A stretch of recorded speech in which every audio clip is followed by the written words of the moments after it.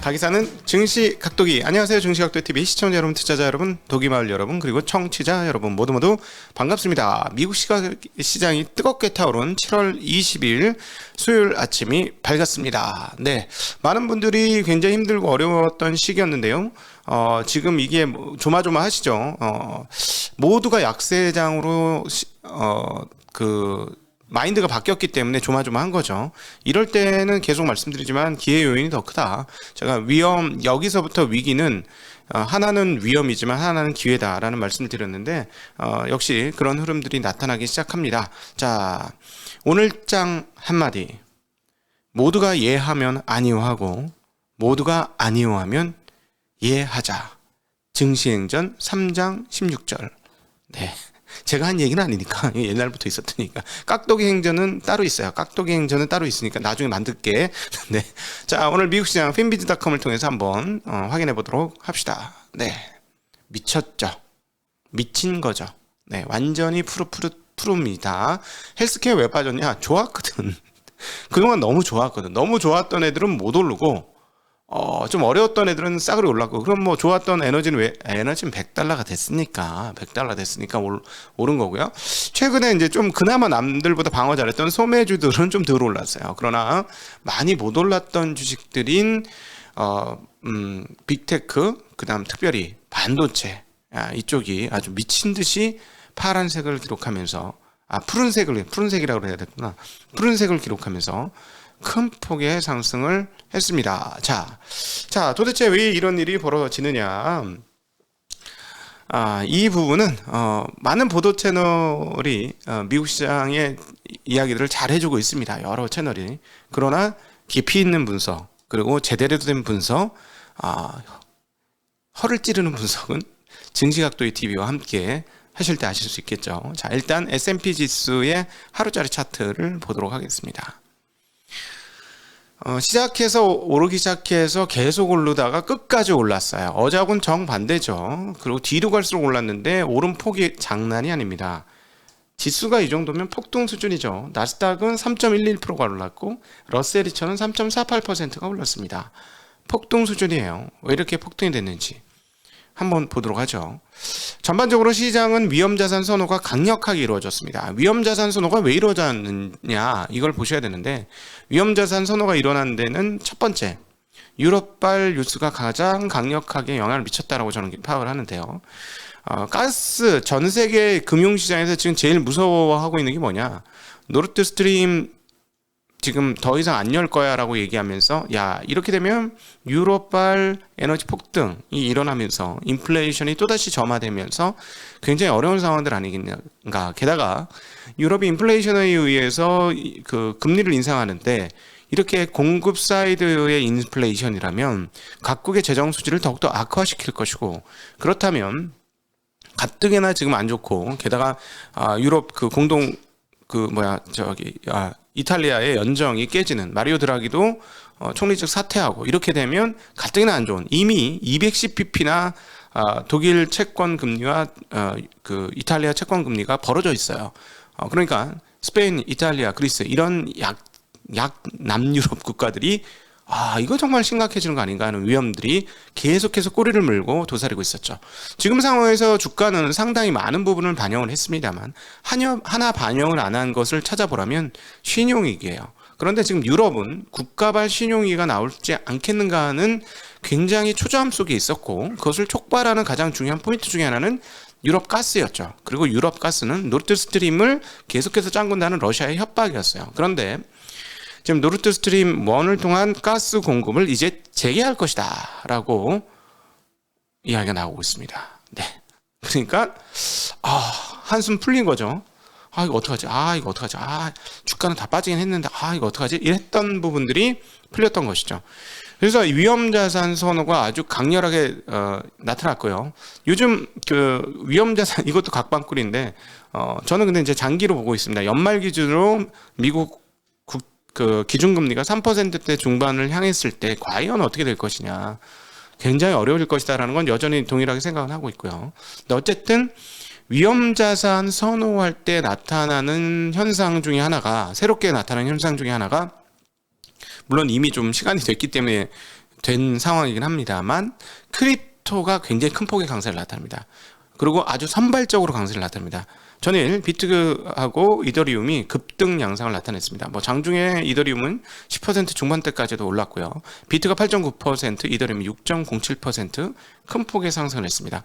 위험자산 선호가 나타날 때 크립토가 아주 먼저 잘 움직인다는 거가 요즘에 하나의 새롭게 만들어지는 현상이다 이렇게 볼 수 있겠고요. 에너지 가격이 한숨 돌린 사이에 하나의 펀치가 더 들어왔죠. 주택 지표가 떨어졌습니다. 예. 그래서 가장 걱정하고 있는 게 뭔가요? 인플레이션이 더 강화되면 연준과 ECB 등이 긴축의 강도를 약화시키지 않고 계속해서 갈 것이다. 자빅배배, 즉 75bp, 50bp, 25bp, 25bp는 일단 시장이 소화를 했는데 그거 말고 예를 들어 울트라 전보, 울트라 전보, 자빅배배 뭐 이런 게 아니면 자자빅빅 뭐 이런 거 나오면 골치 아프다는 거죠.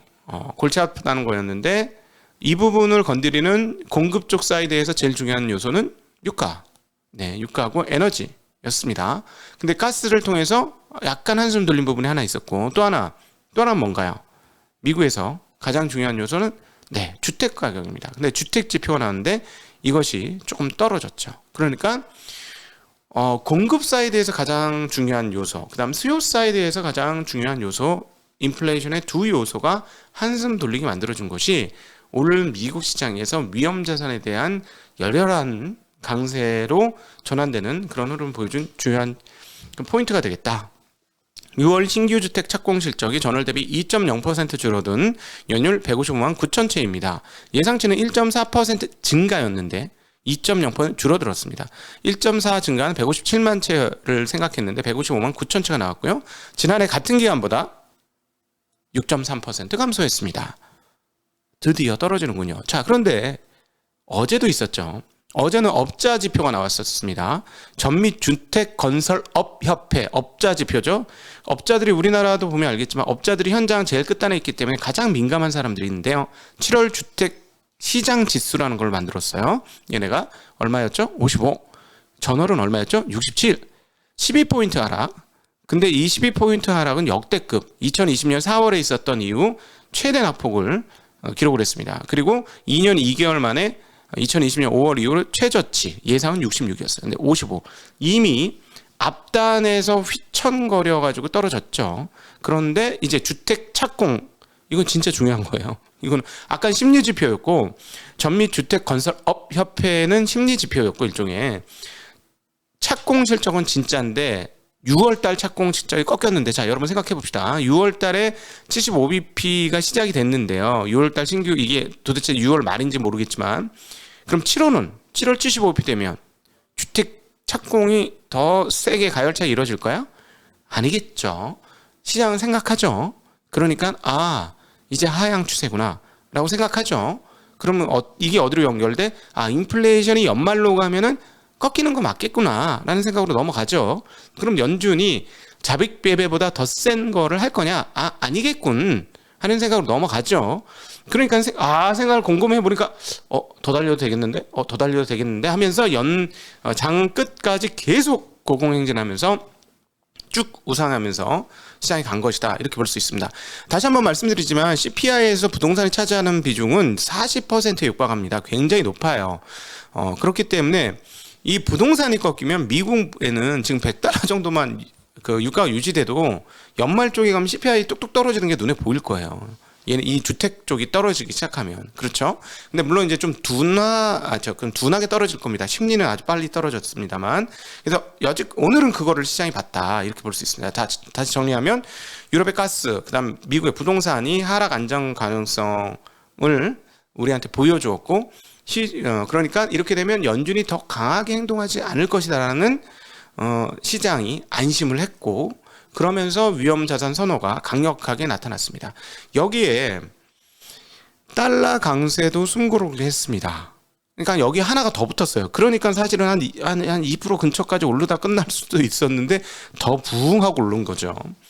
뭐냐? 유럽이 ECB가 이번에 금리를 50bp 올릴 수도 있다라는 얘기를 하고 있습니다. 왜? 6월 유로존 CPI 역대 최고치 나왔잖아. 8.6% 나왔어요. 스위스 민간은행인 줄리어스 베어가 이런 전망을 내놓았습니다. 연합인포맥스가 전한 내용이고요. 인플레이션 가속화 현상과 유로화 약세 국면에서 ECB가 50bp 가량의 금리 인상을 단행할 가능성이 더 높다고 본다라고 얘기했습니다. 50bp 가능성이 대두가 되면서, 그리고 라가르트 총재가 그런 고민을 하고 있다는 설이 전해지면서 어떻게 됩니까? 이건 어떻게 연결돼요? 유로 강세로 연결되죠.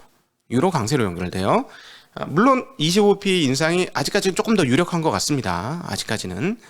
근데 어쨌든 또 하나, 앤드류 베일리 이 BOE 총재가 만찬 연설에서 뭐라고 얘기했냐면, BOE가 30년 만에 처음으로 가장 큰 폭의 금리를 인상할 것을 고려하고 있다. 자, 이것도 하나 더 얹었죠. 그러면 영국도 저러는데 ECB는 이런 생각을 당연히 하죠. 그러면 50bp 진짜 할 것 같은데? 라고 생각이 되니까 어떻게 돼? 유로화가 급등을 했습니다. 달러 지수가 전일 대비 0.65%, 63, 하여튼 거기쯤에서만큼 하락을 했어요. 어제 107.43이었는데 106.69입니다. 예. 유로화는요? 유로화는 어제 1.014였는데 1.022 올랐습니다. 예. 그러니까 여기서 달러 강세가 되면 달러 환산 이익이 어떻게 되냐? 빅테크들이 외국에서 돈 번 거, 한국에서 돈 번 거, 일본에서 돈 번 거, 중국에서 돈 번 거 환산해 가지고 달러로 환산하면 이익이 늘어요, 줄어요? 똑같이 벌으면, 늘어나지 않고 똑같이 벌었다고 하면 전분기하고 달러 환산 줄죠. 달러가 강세니까. 근데 달러가 강세에서 약세로 전환됐다면 그 우려도 어떻게 되죠? 한풀 꺾이죠. 자, 그러니까 오늘 이게 사면타가 나온 거죠. 사면타. 유럽에서 가스 노르드 스트림 푼다 나왔죠. 주택 지표 꺾이는 거 보였죠. 그래서 CPI에 대해서 조금 안심하며 연준의 행동에 대해서 안심하게 만들어줬죠. 그래서 그래도 달러가 너무 강세인데 이랬는데 달러 강세가 떨어지면서 기업 실적에 대한 안심을 줬죠. 또 하나, 기업 실적도 좋았다. 기업 실적도 나쁘지 않았다라는 거예요. 자, 환율을 얘기가 나왔으니까 정리를 하고 갈게요. N은 138.17에서 138.18 똑같습니다. 자, 그러면 다른 통화는 어떻게 했을까요? 유로가 강세니까 다른 통화는 같이 강세였어요. 달러 위안이 6.76에서 6.744로 약세로 강세가 죄송. 유로가 강세니까 같이 강세가 돼서 위안도 강세였고, 원화는 1319.11에서 1305.61입니다. 자, 어느 정도 강세인지 말씀드리려면 엔하고 비교해봐야 되겠죠? N1이 얼마냐? 9.448, 100엔당 944원 80전. 오, 종가 기준으로는 연중 최저치 수준이죠. 장중에 어떻게 될지 모르겠지만, 거의 연중 최저 수준, 연중 최저가 아니죠. 몇 년 내 최저 수준입니다. 야, 일본 여행 가면 옛날 동남아도 필 나겠다. 일본 여행 가면 진짜. 그만큼 지금 엔화가 약세라는 거 굉장히 독특한 상황입니다. 그런데도 불구하고 유럽에서 일본 차보다는 한국 차가 상대적으로 선전하고 있다는 건 되게 독특한 측면이긴 합니다. 이제 미국에서 진검승부를 해야 되겠죠. 도요타하고 현대기아차하고 관심이 많이 가네요. 판매 실적 어떻게 될지 굉장히 궁금합니다. 자, 어쨌든 이런 상황이었고, 이렇게 위험 선호 현상이 나타나니까 채권은 어떻게 돼요? 약세로 넘어갔습니다. 어제 10년물 2.98에서 3.02로 금리가 올라가면서 약세되었고요. 그 다음에 2년물은 3.17에서 3.24로 약세로 넘어갔습니다. 10년물과 2년물의 장단의 금리 차는 유지됐고요. 독특한 거는 3개월물은 2.26에서 2.52로 굉장히 큰 폭으로 단기물이 하루에 20bp 가까이 20bp 넘게구나. 20bp 넘게 금리가 올랐습니다. 왜냐하면 이거는 이제 다음 주로 다가왔기 때문에 올릴 거 다 올리는 그런 상황이다라고 봐야 되겠죠. 어쨌든 여기다 앞서 말씀드렸던 대로 기업 실적까지도 양호했습니다. 팩트셋이 체크한 S&P 기업의 그 실적 흐름들 보니까 지금까지 2분기 실적을 9%가량 발표를 했는데, 이 중에 3분의 2가량이 예상치를 윗도는 실적을 발표했다라고 팩트셋에서 얘기를 했습니다. 존슨앤존슨은 예상치보다 높은 실적을 발표했고요. 그러나 달러 강세로 인해서 연간 실적 전망치를 하향했습니다. 바로 이 포인트죠. 존슨앤존슨 우리도 쓰잖아요. 목욕탕 같은 데 가면 있잖아요. 존슨앤존슨 무슨 베이비크림, 바디오일 이런 거.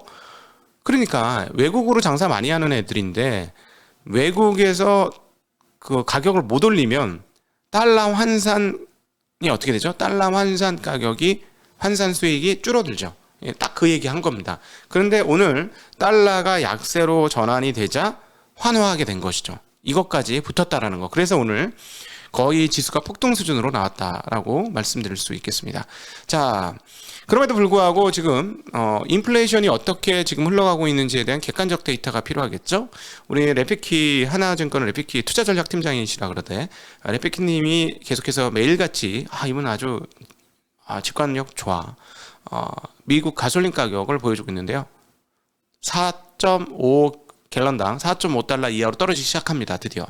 자, 우리가 안심할 수 있는 수준은 4달러 이하.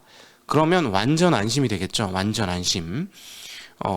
물론 그래도 과거보다는 좀 높겠습니다만은 오히려 3달러까지 빠지면은 뭐 CPI가 뭐 어마무시하게 빠지겠죠. 네. 어쨌든 약화 요인이 되겠죠. CPI에. 자, 전년 대비 증가율까지 한번 살펴보도록 하겠습니다. 자, 슬슬슬 계속 내리고 있습니다. 스리천장 만들고 슬슬슬 내리고 있어요. 자, 여기에 더한 뉴스가 하나 더 있습니다. 자, 이번에는 무슨 뉴스냐면 뱅크 오브 아메리카가 아주 재미난 설문조사를 했습니다. 와, 진짜 웃긴다. 이거 한국에서 누가 좀 하지 이런 생각이 들었는데 여러분 일반 기관들은 니들이 뭐 더 정보를 가지고 많이 더 중요한 건 심리입니다. 일단 투자의 구할은 심리라는 거 다시 한번 보여주는데요. 뱅크 오브 아메리카가 300명의 펀드 매니저를 대상으로 설문조사를 했어요. 7월 달에. 좋아. 고마워. 연합인포맥스에서 전달하는 내용이고요. 포지션이 굉장히 소극적으로 바뀌었다는 거예요. 여기 이제 스트래티지스트가 뱅크 오브 아메리카 스트래티지스트가 밝힌 내용을 보면 응답자의 순 58%가 일반적인 경우보다 리스크 포지션을 작게 보유하고 있다. 근데 어느 정도 작게 보유하고 있느냐? 이 다음 얘기가 진짜 재밌어요. 금융위기 당시보다도 리스크 포지션이 없다. 이건 무슨 말입니까? 금융위기 때보다 쉽게 얘기하면 현금을 많이 들고 있다는 얘기고 주식을 덜 들고 있다는 얘기예요. 어떤 자산을 안 산다는 얘기입니다. 근데 아니 금융위기라고? 100년 만에 1929년 이후 최대 위기라고 했던 2008년도 금융위기 때보다 포지션이 더 작다고? 정말? 어떤 느낌인지 아시겠죠? 연준이 금리를 세게 올린다고 하니까 펀드 매니저 전문 투자자들이 지금 완전히 쫄은 거예요.